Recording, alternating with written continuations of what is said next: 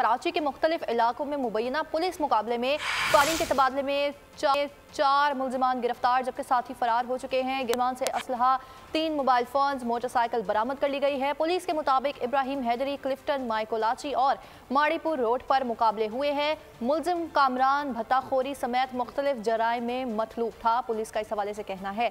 इस हवाले से आपको आगाह करें हैं कि कराची के मुख्तलिफ इलाकों में मुबैना पुलिस मुकाबला और फायरिंग के तबादले में 4 मुलजिमान गिरफ्तार हो चुके हैं जबकि साथी फरार हो गए। मजीद आगाह करेंगे नुमाइंदा बोल न्यूज़ नदीम अहमद हमारे साथ मौजूद हैं। जी नदीम, आगाह कीजिए।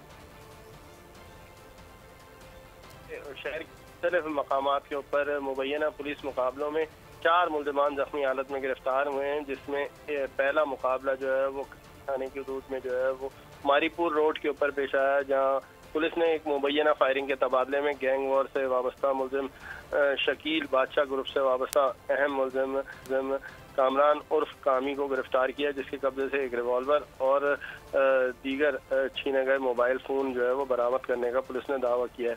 पुलिस का दावा है कि इस हवाले से ये कामरान उर्फ कामी नामी मुलजिम भत्ताखोरी की वारदातों में भी मुलविस पाया गया है।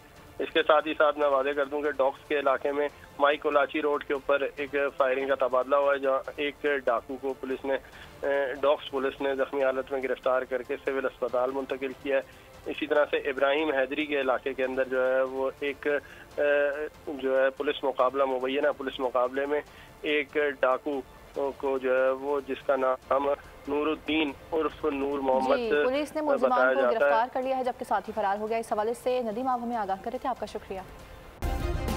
सब्सक्राइब करें और बेल दबाएं ताकि कोई खबर रह न जाए।